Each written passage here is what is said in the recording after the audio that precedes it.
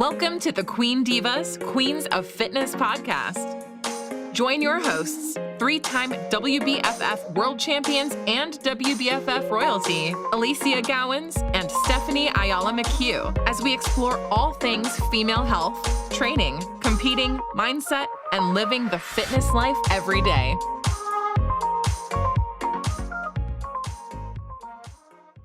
So welcome back, everybody, to the latest episode of the Queen Divas podcast with my beautiful co-host, Stephanie Ayala McHugh. And we are coming back together after a few weeks of nothing because we've both had crazy stuff going on. And I'm kind of jealous because you have fun stuff like snow. Oh, yes. Catching everybody up. We've got hit with some snow here in Texas. So it has been a little icy, a little chilly, as we can say. You know, it's pretty cold right now. It's like sub 20s. So it is definitely pretty freaking cold. For those that live in the north, I know you guys make fun of us, but we don't see this very often, you know, throughout the year. It's not like something that's never happened here, but still it's very like surreal once it is here. So I actually can't imagine Dallas having snow because it's white right now. It's like it's fully crazy. white. You know, it's funny. A lot of people think winter, like usually would start talking about seasons, right? We go into the winter thinking like December is winter going into the holiday here, right? Yeah. Well, winter doesn't really hit Texas until honestly February. Like it just gets really cold in February. Yeah. So going into December, like this was probably the warmest December we've ever recalled here in Texas. And then going to January, we had a nice, obviously, trip to Cabo. So we escaped a little bit of like the mild cold that there was here. And now this feels like a blizzard. Like this is ridiculous. I'm not used to this.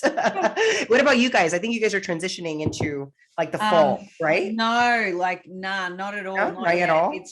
I'm only got this on because we literally just landed in Canberra, and Canberra's strange. It's cold at random times and then super hot at others. It's really weird, but it's a cooler day today. So landing here, it's nice. Like the wind's up and it feels cold outside, but we're in the middle of our summer and it's humid and hot as shit. Like we've just been. So you guys are at the climax, the peak, right now of your summer. Yeah. So yeah, we're entering for us, like I guess the peek of our winter since it hasn't been really bad lately. So and for us, it's probably been a cooler summer than we're used to. Even in Brisbane, we've had cooler periods and we have, you know, super humid hot days, but there have been some really humid hot days and we've had a lot of rain. Like it feels to me like it's an overall cooler, more weathered summer, as in like we're getting a lot more storms. I think in Brisbane, my mom was telling me that when we were gone in Melbourne, they literally only had like one day of sunshine the whole time we were gone, which is crazy. Yeah, that's crazy. The north here. It's like any of the northern states can relate to that. Like they get one sunny day or they get like 1 month of the year that has sun, which is kind of crazy. A lot of Canadians can relate to that too. And when we were in Melbourne, we had scorching hot days, so humid, so disgusting. Yeah. Oh man, when I went, well, come on. I went in the peak. I went in the peak, and I guess now that I'm thinking about it, it was February 2019. Now that I'm actually reflecting back, it's like, holy crap, it was exactly this month. You know, a few years back, and it was at your climax point. I remember it was humid and it was muggy and hot. It's like everybody called AC aircon. I'm like, what's this aircon? And they're air conditioner shit. Good. I love y'all's lingo, by the way, all my Australian listeners. I love it. I always laugh at how many times I've had to explain what fortnight is with my international clients. Like if I say, you know, especially USA, they're like, what's fortnight? Or if we use the word arvo and they're like, what's arvo? No. What are you talking about? Like avocado? Like, okay. I would think like over here, avo is like avocado. No, arvo is a short abbreviation for afternoon. I can still remember the first time I had to meet Toby somewhere. This was about 10 years ago. And I'm like, Toby, I'll just meet you there in the Arvo. We'll go to and I gave him these instructions and he's come back to me and he's like, what? I'm meeting you where? When? I'm like, Brits. You don't It's know nice. what Arvo is. It's nice. I was the American asking for ketchup in Australia, and they're like, "You meant tomato sauce?" So right upon us, guys, yeah, we're entering the competition season, and I think this is one of the most anticipated seasons, especially within the WBFF. April is kind of like the show opener where we start getting that ball going, and we're working really hard with the team. Allie, I know, is working really closely with her team. You guys have a show in Australia, and we have a show here in Orlando. Our first show of the year is the weekend before the Orlando show. So what we were trying to do, so you guys are the show opener. Yeah. So what we were trying to do was organize to jump on a plane as soon as our show was over on the Sunday to come over to Orlando for our Orlando team. And we're still waiting. We have been trying to organize this for about the last 2.5 months, but the airfare and the frequency of flights from Australia to the US is really minimal at the moment. So we've been trying to work around the options and what we've got available to us and what would even get us in, sort of a couple of days before the show type thing. And we're still waiting on our flight agent to come back to us with another alternative, because 2 of the ones that she presented just weren't going to work. So this is in the works. We might have I think we are fingers crossing that we get to come across. We get to reunite finally. Yeah. Well, if it happens, what we'll do is we'll do Orlando, then we'll come across and stay with you and Kerry for a few days, whatever, before we fly home. Yes, please. Hoping that we can get a goddamn airline and flight that works. Like, I am going to tour that belly around and making sure that you get fed, and obviously you get a really good experience and time over here. I'm excited to see you guys again. And you guys have usually an amazing team going into these shows too. So we normally, like to, get have a lot of girls. Yeah, guys are girls together, guys together, and make sure that everybody, has a good time, since we consider Allie's Angels and Dynasty, an actual sister team. So we came up together, and Allie, you coming over to the States would be absolutely incredible. So tell us about, when's it, you said it's the weekend before Orlando. So that would, what weekend does that fall on for, is it the Gold Coast? Is it Gold Coast? Hang on, I'm trying to work it out now. I don't even remember.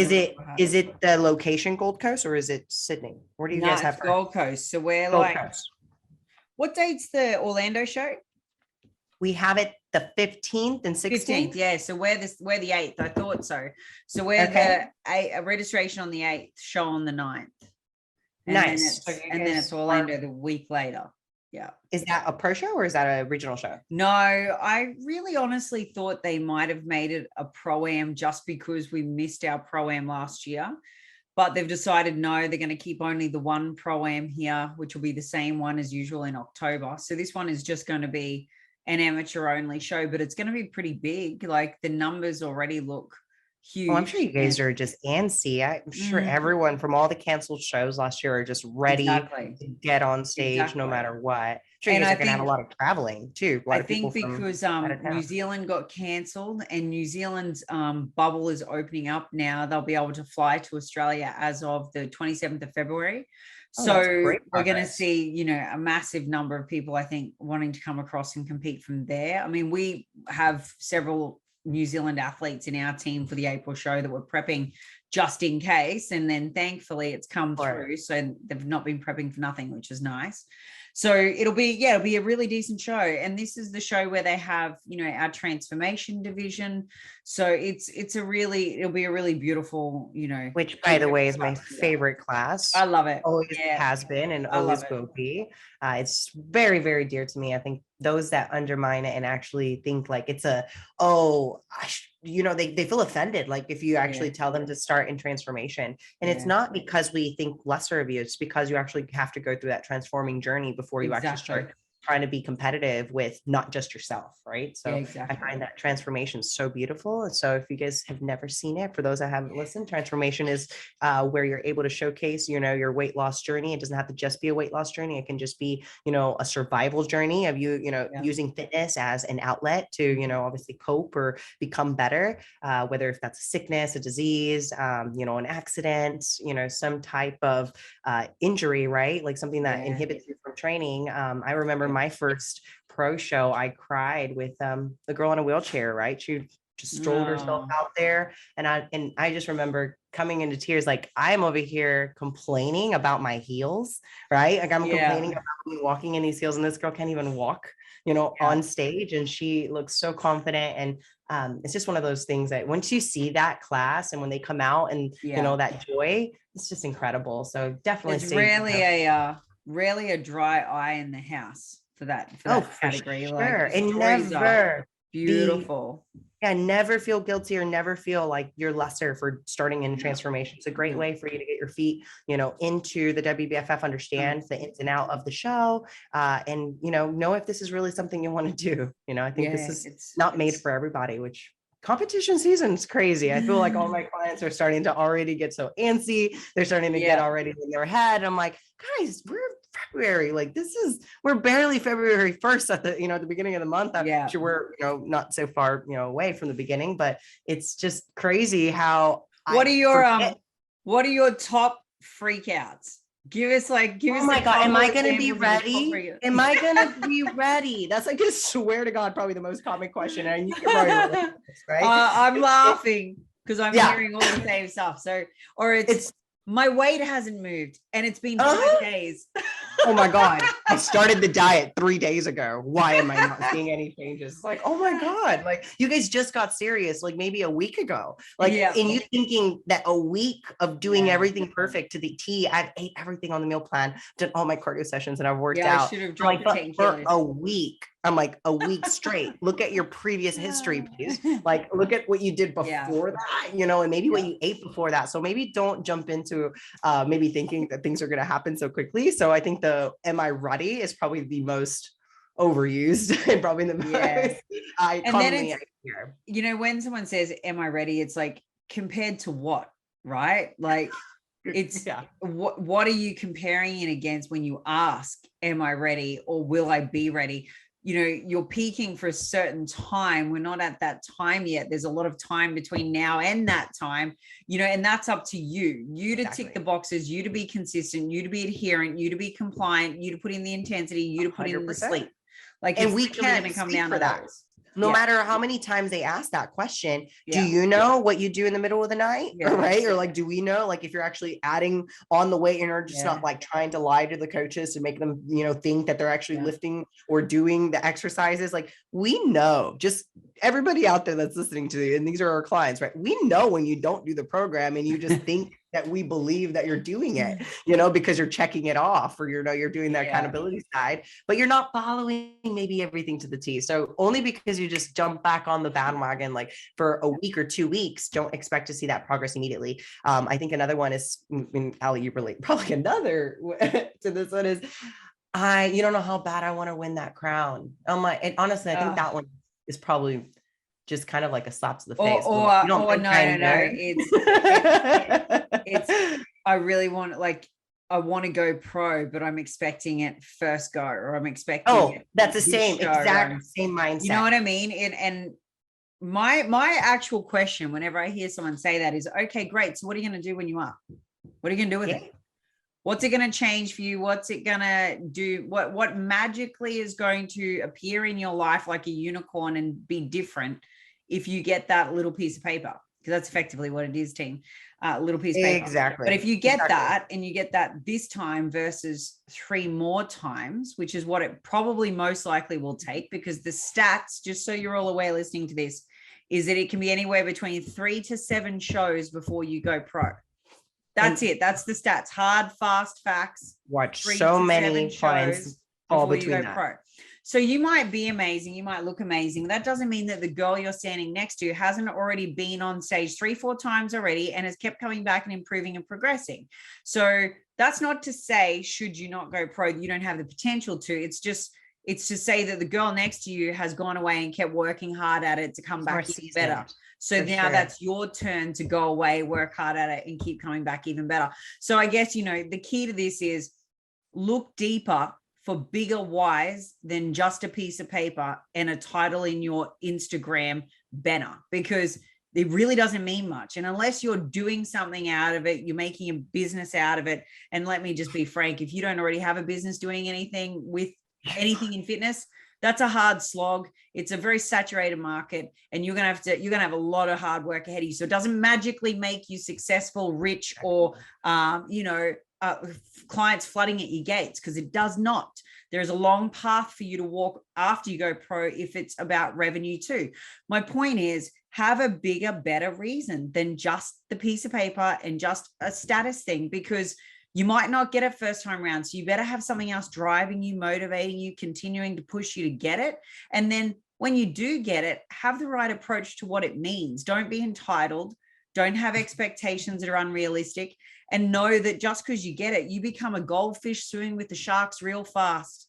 Man, Allie, I couldn't agree more. So like, you fast. hit everything on the head, and that was well said. There really is that mindset of thinking like, I have to win my first show because so-and-so did it. Or I've watched Rachel Dillon win her, her first world title and won the crown and can become the world champion on her first, attempt. Like, guys, it's not saying that it's impossible. You just have to be realistic. Very rare. And it is very, very, very, and you very, can be the rare. unicorn. You can be I'm not telling you can't be that unicorn, but let's be realistic, right? Exactly. Allie and I have seen so many statistics, and yes, it's going to take you multiple tries, and you shouldn't, actually quit just because first time you didn't do well. And I think that's the point of our conversation, is it have tenacity, have resilience, have patience, and have realistic timelines. And, if you're not coached by one of us and not having someone have really honest conversations like Steph and I both do, then you need to be sitting down and having that honest conversation with yourself, and then raise it with your coach and be like, look, this may take us a few goes, but I'm in it for the long haul because it means a lot to me. And now, for me, I'm going to turn up on this stage the best I've looked yet. And when I turn up next time, I'll be better than this will be, and that's the attitude you've got to have. So, and it's going momentum. Like, I feel like this momentum that gets built, from doing, doesn't mean you have to do multiple shows. That's not what we're saying. It just means that you actually have to think of the future post show. Like, the show it's not the deadline. Yes, it's the deadline, but there is still an after. And if we just think of the win, oh my gosh, I've watched girls win, and the win actually isn't satisfying. Like, it's satisfying to an extent because they knew that they won, but it didn't fulfill that gap of what they thought it was going to do. Or like you actually said it well, Allie, about like thinking that this pro status or a crown or anything like that by winning first place is going to bring you, money, or your business is going to grow. Like, and it doesn't. For most people, and I'll be very frank, for very few will it translate to an additional. But those are that already invested into their business brand and are actually invested and involved in the industry already. I find that the ones that start because they think, oh, well, now I can become an online trainer because I'm a pro, and you don't really even like people. Let's just put it that way. You don't even like people. Like, how can you go from not liking people? Like, I came from a customer service industry, so I like people to an extent. Okay. I don't like how humans can, work, because of our victimology and all of this type of mindset. But that's something that can actually be broken. It's about actually, following the right path, having the right people in your corner, and you can actually change. But I mean, that's because I love changing actually somebody's life, making an impact. I don't want to be for, I guess, the general public. And I'm okay with that. I really am. I'm okay with not being, the coach for everybody. I think this is very, very diverse worlds where there's going to be someone for you, and if you want a coach that's going to be maybe a little more flexible, then, go find maybe a more flexible coach, if you want somebody more strict, going with something a little more strict, or if you don't like maybe somebody being a little more blunt with you and having a little tough love, then that's probably not someone you should be with. I always think it's better to be very honest about your style and very, honest about where you're at and what you're willing to put in, right? And what I mean by that is some people just don't want to know the truth. They want someone to tell them what they want to hear. And there are a lot of coaches out there that will do that, so I agree with you. I think, you should walk away from something that isn't going to give you what you need at that point in time. And as a coach, you should be able to tell someone to walk away. I think it's super, super important. Yes, this comes in this. Look, if you're a client that just hops from coach to coach, it's probably not the coach. Let's just be honest. Right? There's a common denominator, and it's not all the people. Yeah, it's probably not just the coach that's the problem here. Not saying that they don't have some issues, but if you are a coach hopper, let's look a little bit more internally, right? And actually see what is it that you're not coachable with. There's something that you continue trying to seek that is not matching, right? Or falling the way you want it to fall. And it just makes you uncomfortable, right? So yes, being true with yourself and having those harder conversations if you don't have a coach. And this is still, really relative with our competitive season because we're all here trying to better ourselves, right? I think the competition season arises so much notion around, oh, I want to maybe compete. This is around when people that aren't competitors already, right? Like maybe they're newbies or but have been on the fence and have been wanting to compete. This is kind of when they're scouting and looking for coaches or shows, right? Like what show could I potentially do? What coach could I go to? And they're like, maybe, pricing or trying to do all this stuff. Like, look, there's way more to than just the interface of what my God. So actually reflects, right? And you really do have to connect. You have to know your own personality, their style. But this goes into, are you really ready to compete? This is a question that I really have to always ask any client of mine that's kind of having that itch or like on the fence of, hey, I want to become a competitor. Like this is something I want to do.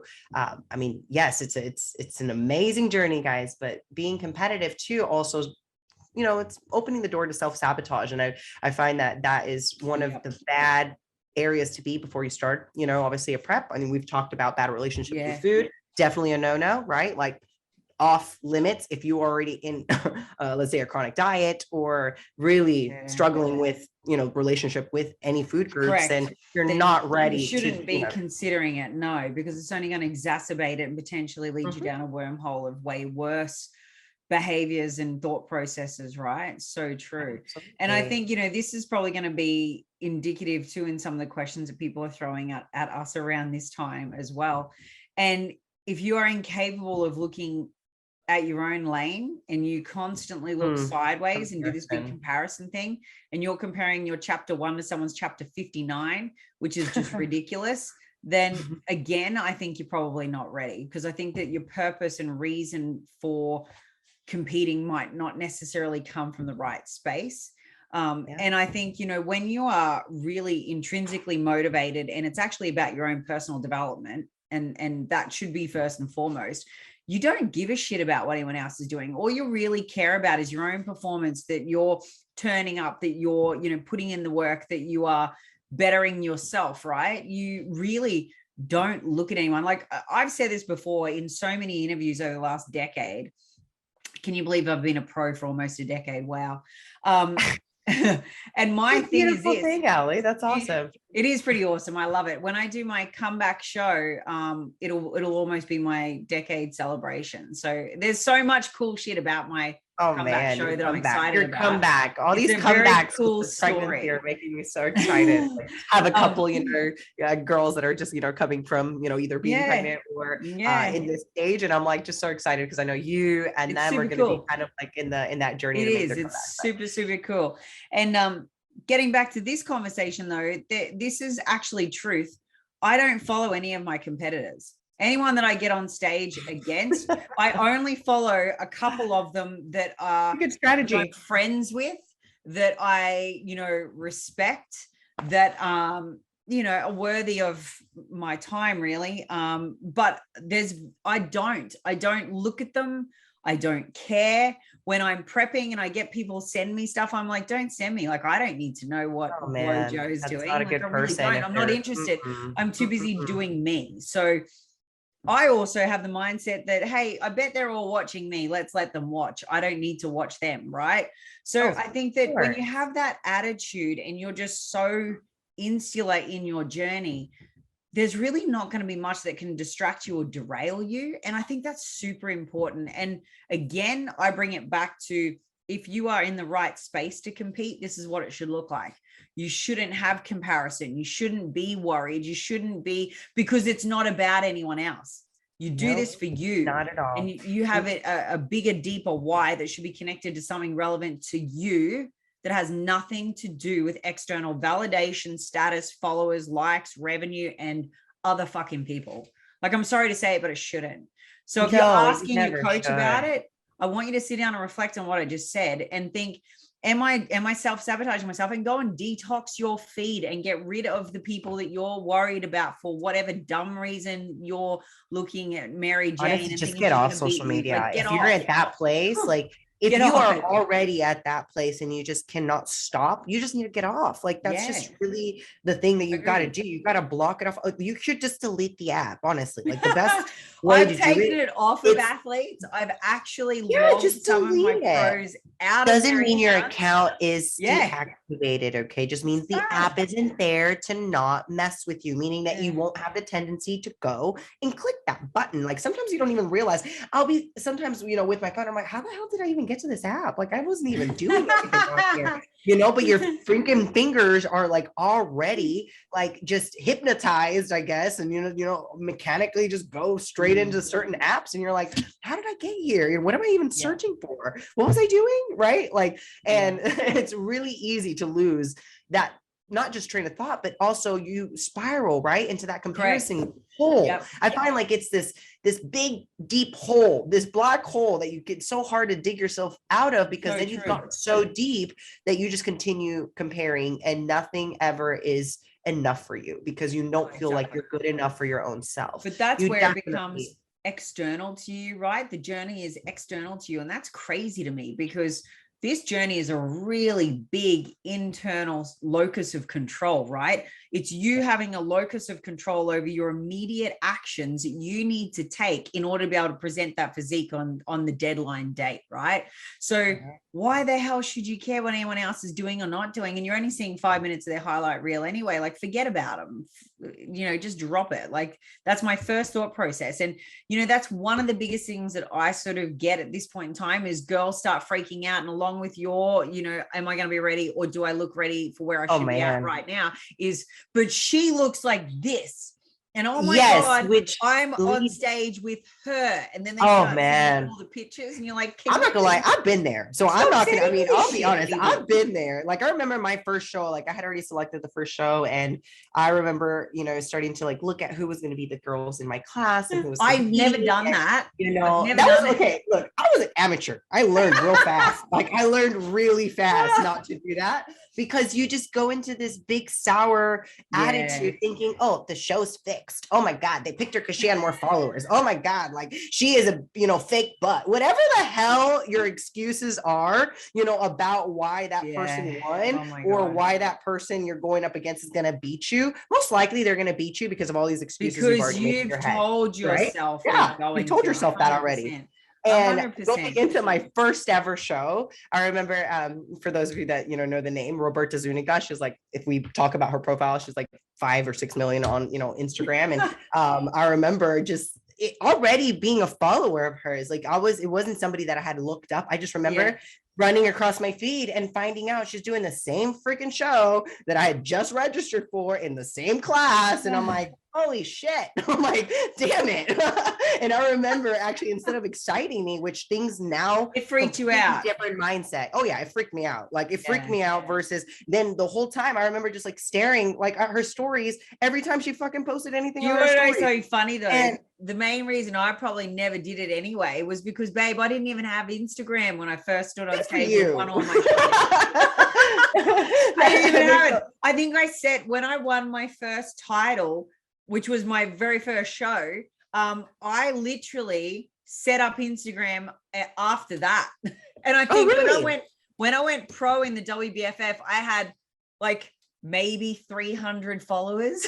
So that was my situation. Yeah. They were all my actual college and high school friends and family. Crazy. And that was just my internal circle. It was just like 300 people. And I remember this is just again prior to my competitive journey, and I picked that show and I thought it was a one and done. I don't know if we've talked about our journeys going into competing, but once I realized I was hooked and I was actually like, oh wow, this is something I really want to do, let's pick another show, then I was really ready to actually think I can win. I never really went into that show thinking like I'm gonna win, but I remember making me so sour about her already being there because of me already following her every fucking footstep, thinking that, you know, I'm going up against this gal. And anyway, that lets you realize so quickly the power of the mind and how overthinking is going to stress the hell out of you.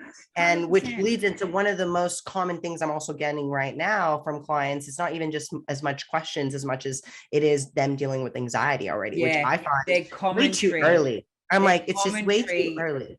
Commentary about their internal dialogue just being, you know, verbally diarrheaed onto us.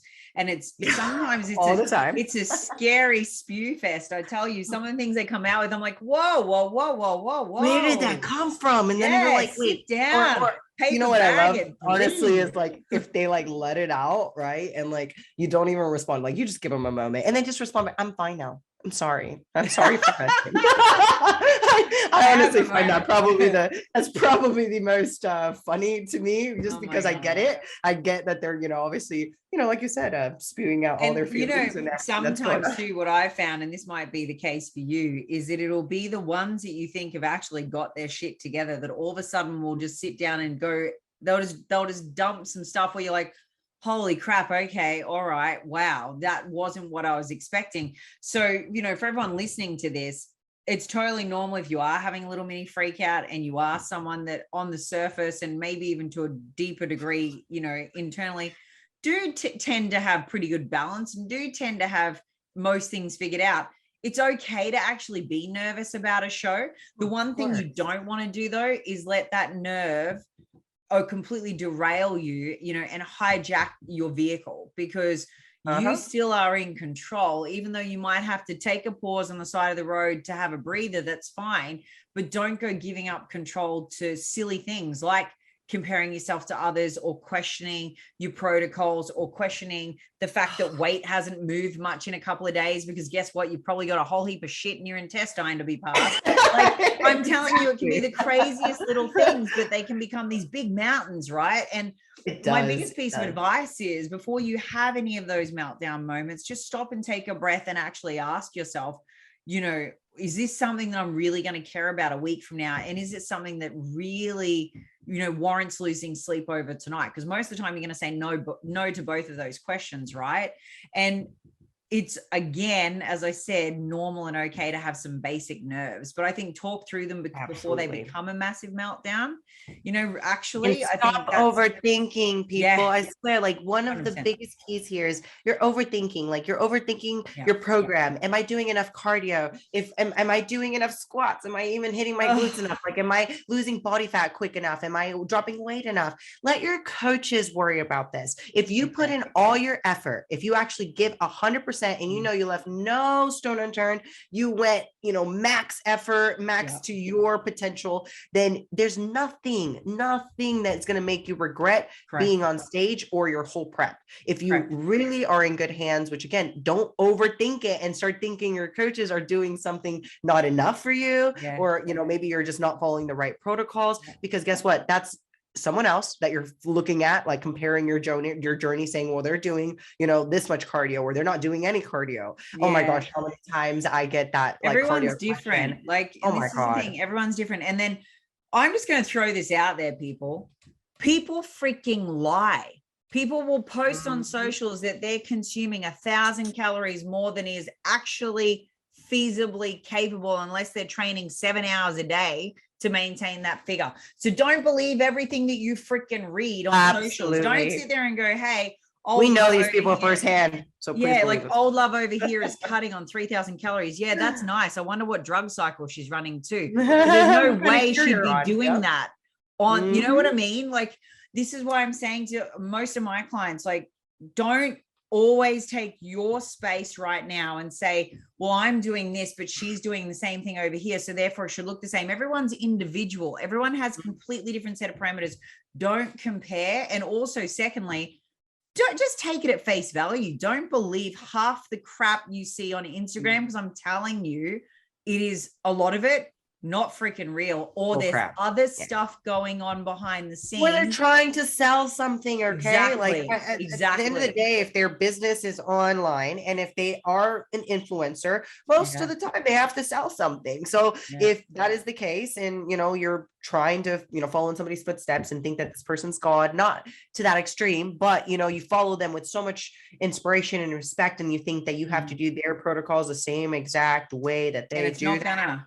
It's not going to give you the same results. It might give you some results, to start, that's, I think, pretty normal for anyone that hasn't adapted to a new program. But it's not really going to be in longevity. It's not going to be something 100%. That's built for you. Something custom is custom to you. It's adjusted to you. So making sure that you don't allow your, mind to overpower you and really derail you from prep. A competitive season is also being competitive with your own self, which is where it starts. Not just against other people. Yes, actually, the act of it is, yes, you're going up on stage with other women. But if you think about it, instead of you going up to compete against other women or other men, you're going to be going up on stage with them. If you really think of it that way, you're going to just stop looking at who's next to you or how many people are in the show. It's probably another common question I get asked. How many people are going to be in the show? How many people will be in my class? Who cares? Don't worry about it. What if there's only 3 and what if there's, 150? Like, it doesn't matter. If you are your best, you're going to show up as your best. And that's what matters at the end of the day. Exactly. So if you give your all effort, your heart, give every little ounce of sweat you possibly can give, be very meticulous with your meals and be very meticulous with just your organizational skills and setting yourself up, you're going to do amazing. I don't care who you are. If you actually set yourself up and do these small things, you follow a custom program. I can't say if you follow a cookie cutter one, because I can't speak for that. I don't know what results you'll get, if any. So making sure, you do take care of these small things. You look at this season as a competitive season against yourself. These are some insights of some things that we've been dealing with, entering the season. We're not really even fully in it. We're barely entering it. We're starting to get to that corner where, yes, things are going to start getting a little tougher for some, clients that are for this first show of the year, especially since you guys are a week before ours. I completely get where their mind is going already. And this question about at 8 weeks out or 10 weeks out, am I ready? Come on, don't be, this is ridiculous. Like, and you look, should not be ready. We've talked about this on a previous episode too, where, look, when you start to hit strides and straps and you're really sort of noticing it is at around that 6 week out mark, and between 6 weeks out and show day alone, the changes are pretty profound. Much. So, it just goes to show that you can't be looking at yourself at a static point in time at 12 weeks, 10 weeks out and being like, oh, but I don't think I'm where I should be. And that's why, again, I always throw up the question of based on what. The other thing that I always suggest to people too is that, and especially because if you're coming in from another show, another season and off season, and you've been improving from a stage to a stage, this isn't just a first time competitor here. These are our repeats. But don't look at your last prep and go, oh, at this point to stage, I look like this, because you should have more mass. There may have been other variables and, considerations in the off season, in the pre-prep. You might've been recovering reproduction. You might've been recovering, metabolic baselines. There might've been a push to actually get you to a healthy space in a caloric intake. So therefore your starting point might look different. There might be a healthier approach to the way you're tapering to stage to try to preserve more mass in the, process of losing body fat. There can be 101 reasons why you don't look like you did at the exact same time in the season prior. It doesn't mean though that you're not going to be better, because 9 times out of 10, you usually are. It's just, I think for sure. If you're year round, if you're people. If you're a competitor that, trains year round, or someone like you said that, has done multiple shows and is doing them, I think it's a really good way to gauge kind of where you're at. Cause I do find that a useful tool, even kind of like for myself, when I compare my, let's say 12 weeks out versus, my 12 weeks out, from the previous years, it does help, but you have to also understand your body. And if you're going through the same process, it's just like Ali said, like if you're undergoing a building phase and you just were at the tail end of a building phase, you shouldn't look the same as being coming out from a reverse. Let's put it that way. And a lot of the times where I see that is where someone's come from a really unhealthy prep, or they have literally had a conditioning level that's not even been right for their category. And then they're coming in and they're actually doing it right, or they're doing a much healthier prep process. And because of that, health, they don't look the same. Yes, it looks different. Yep. But the reality is most of the time by doing that approach, they're going to nail the category criteria way better. So it's like getting it through their head that being dick skin lean in bikini is not appropriate. So now coming through and looking like a bikini girl looks really different. And that's a good thing. You might actually win something finally. But you know what I'm saying? Yes, hitting on that, Allie, because this kind of wraps up, our episode in regards to competitive season. Very important if you are switching over from federations, whether it's at the GC, INBA, OCB, or so many freaking A, B, C, D, E, F, G, whatever kind of federation you come from.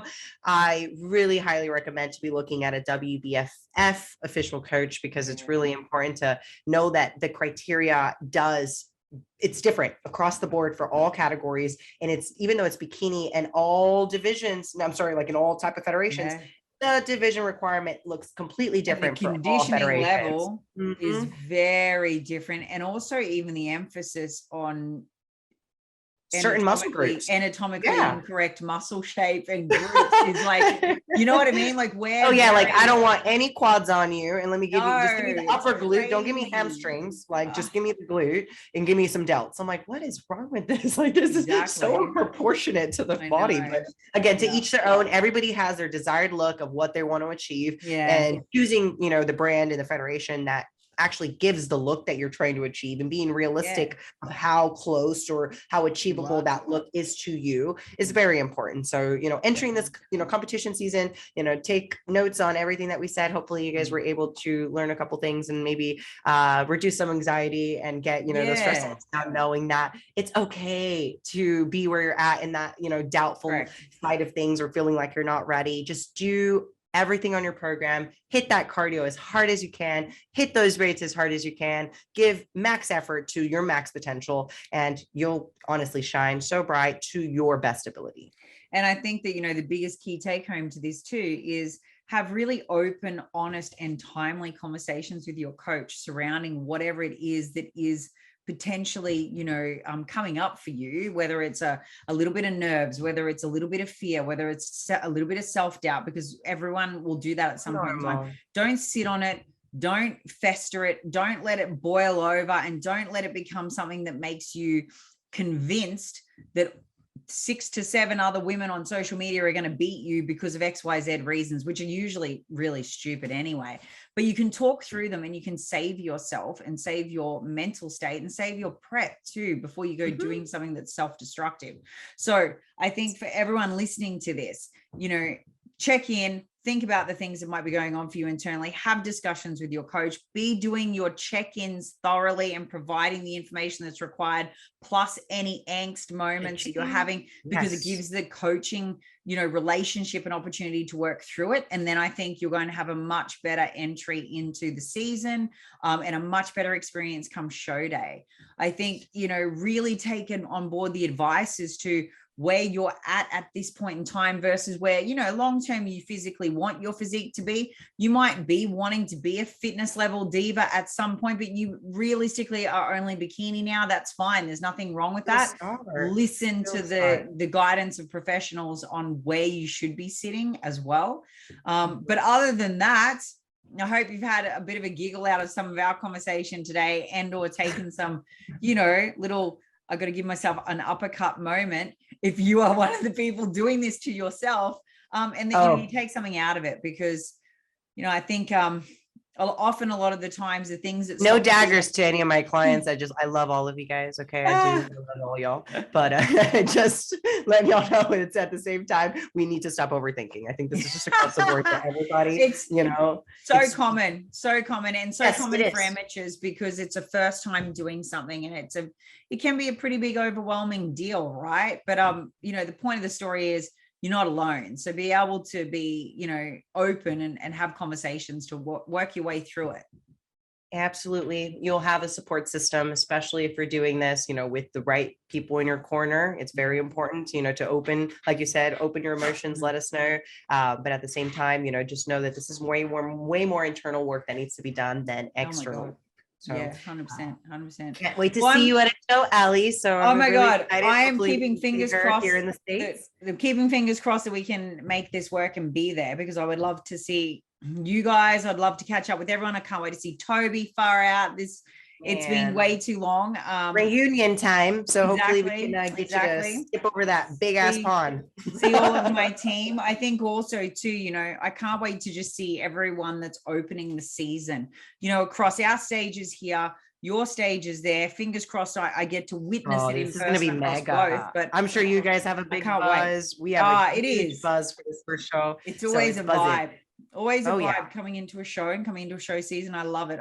I get motivated by it. It's awesome. It's one of my favorites. It's the way we kind of like amp up that, you know, start of the prep for us too, right? So hey, we can't wait to have you back on stage. You're gonna make a badass comeback. I can't wait. First, I need to see you. So hopefully we can get her over here to the States, and you guys can meet her, for those that are, you know, obviously here in the United States, and maybe be at Orlando, and everyone that's coming from Australia that I know has been setting up some shows. I think I see a lot of Australians that are, you know, kind of saying they're gonna do Worlds or you know, a pro show, and so I'm looking forward to seeing so many of you. I think that we will see quite a high contingent of Australians doing Worlds. Look, and they're the ones that can afford it, because I'll tell you now, and we've talked about this before, the flights are ridiculous. You know, the whole travel side of things is not as accessible or affordable as it normally is for us. So I think, you know, there'll be quite a few that will invest in that. There'll be a few that unfortunately probably just can't afford to do it, you know, and it's a shame that it's like that, but it is like that. So I'm kind of almost grateful that my show is not till the very end of the year, and I'm hoping by then flights increase, prices come down, and it's, you know, just looking. Hopefully you guys get all these restrictions backed off way more, and you guys have a lot more freedom to be able to travel. So look forward to it, Allie. And all right, darling. See you guys on the next episode, guys. Thanks for listening. Can't wait. Next time. Thanks, everyone. Speak soon. Bye. See ya. Thanks for tuning in to another episode of the Queen Divas, Queens of Fitness podcast. Make sure you follow us on Instagram at Queen Divas Pod, on Twitter at Queen Divas 4, and follow our hosts on Instagram, Alicia at Alicia Gowans _WBFF Pro, and Steph at Stephanie Ayala 7. See you all next week.